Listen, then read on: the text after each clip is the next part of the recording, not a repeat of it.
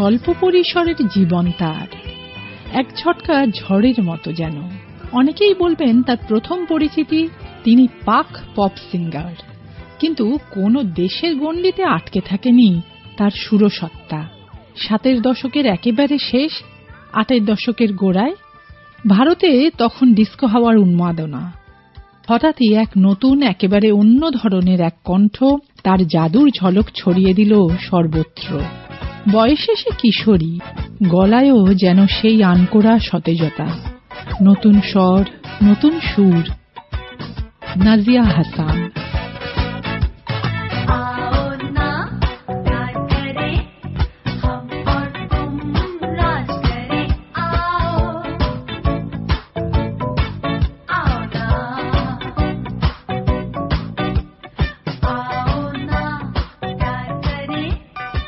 পাকিস্তানের করাচির সিন্ধে জন্ম।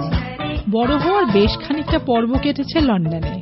সেখানেই পরিচয় হয় চিত্র পরিচালক ফিরোজ খানের সঙ্গে। তারই জেরে ১৯৮০-তে মাত্র ১৫ বছর বয়সে নাজিয়া কুরবানি ছবিতে গান আপ জৈসা কোই মেরে জিন্দেগি মে আয়ে।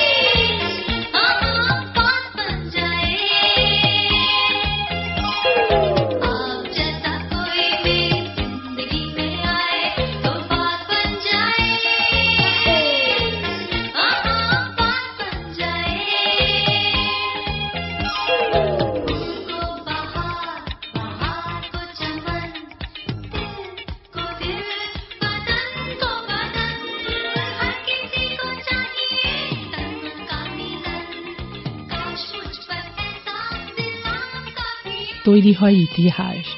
বিপুল সাফল্য আর জনপ্রিয়তা পায় এই গান, আর রাতারাতি খ্যাতির শিখরে পৌঁছে যায় কিশোরী নাজিয়া। সেরা প্লেব্যাক গায়িকার ফিল্মফেয়ার অ্যাওয়ার্ডও পায় সে। ভাই জোহেবের সুরে তার সঙ্গে জুটি বেঁধেও বহু গান গায় সে। কুমার গৌরব আর রতি অগ্নিহোত্রী অভিনীত স্টার ছবির গান তাদেরই গাওয়া।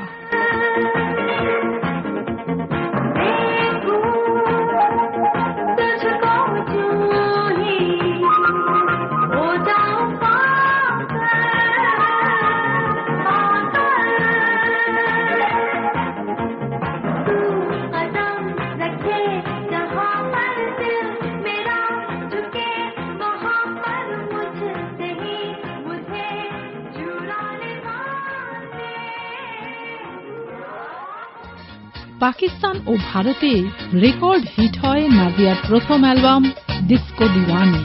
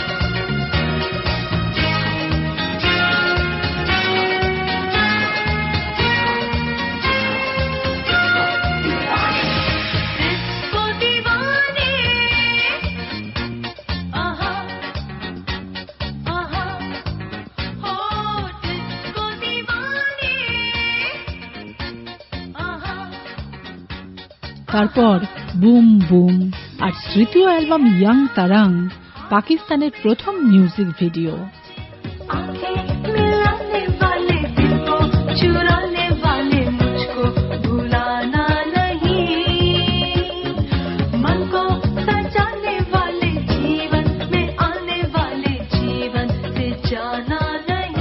এশিয়ায় জনপ্রিয় অ্যালবামগুলির মধ্যে এটি অন্যতম বিবেচিত। যাত্রা অব্যাহত থাকে। পড়াশোনা, সমাজসেবা কোনোটাতেই সে পিছিয়ে ছিল না। ক্যান্সারে আক্রান্ত হয়ে মাত্র ৩৫ বছর বয়সেই নাজিয়া পাড়ি দেন চির স্বপ্নালোকে, আর শ্রোতাদের জন্য রেখে যান হাজারো স্বপ্নের সুর।